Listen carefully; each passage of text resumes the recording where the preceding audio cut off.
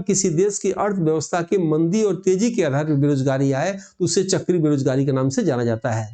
बेरोजगारियों में सबसे बड़ी बेरोजगारी होती है खुली बेरोजगारी। किसी देश के कुशल और अकुशल व्यक्ति दोनों को जो है रोजगार बेरोजगार हो तो उसे जो है खुली बेरोजगारी के नाम से जाना जाता है। अब प्रश्न ये आता है कि बेरोजगारी के लिए मापन के लिए सबसे पहले कौन सी समिति आई थी? 1972-73 में भगवती समिति आई थी। भगवती समिति ने सबसे पहले सिफारिश किया था राष्ट्रीय नमूना सर्वेक्षण संगठन से जो है इसका सर्वेक्षण करने के लिए, और राष्ट्रीय नमूना सर्वेक्षण संगठन ने जो अपना सर्वेक्षण किया वो 3 आधार पर किया। पूछा जाता है समान सिद्धांत पे जो है बेरोजगारी का उसने सर्वेक्षण किया।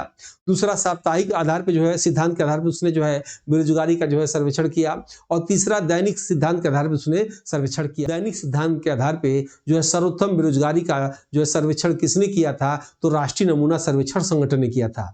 यहाँ आपको एक्स्ट्रा जानकारी मैं देना चाहूंगा कि जून 2019 में केंद्रीय सांख्यिकी संगठन और राष्ट्रीय नमूना सर्वेक्षण संगठन दोनों को मिलाकर एक संगठन बना दिया गया जून 2019 में, और नाम रखा गया राष्ट्रीय सांख्यिकी संगठन एनएसओ, उसका नाम रखा गया। अब ये सारी गतिविधियां एनएसओ करती है, लेकिन चूंकि पहले की बात है, इतिहास है, तो इसलिए मैं बता रहा हूं आपको।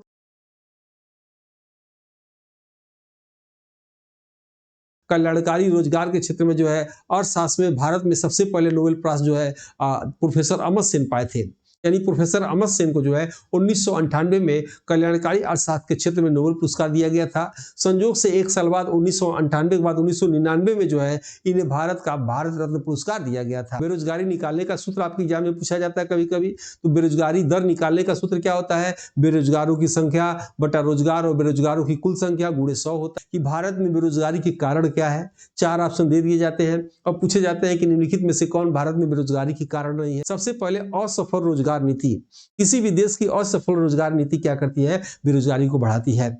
उसके बाद आर्थिक जो है धीमी गति, किसी भी देश का आर्थिक विकास की धीमी गति भी बेरोजगारी को बढ़ाती है। दोषपूर्ण शिक्षा प्रणाली, जो शिक्षा का संरचना बनाया गया जाए उससे भी बेरोजगारी बढ़ती है, और शिक्षा में तकनीकी का अभाव हो इससे भी बेरोजगारी बढ़ती है। किसानों में, याद देखिए, किसानों का कृषि में पिछड़ा होना भी जो है बेरोजगारी को बढ़ाती है। इसीलिए वर्तमान सरकार किसानों की आय को दुगनी करने में लगी हुई है। तमाम ऐसे प्रश्न आपके एग्जाम में पूछे जाते हैं जो मैंने आपको मौखिक बताया, इसी को मानक भाषा के रूप में छोटी सी क्लास में आपको हम बता रहे हैं। अंत तक बने रहिएगा। वीडियो अच्छा लगे लाइक सब्सक्राइब हाई बटन जरूर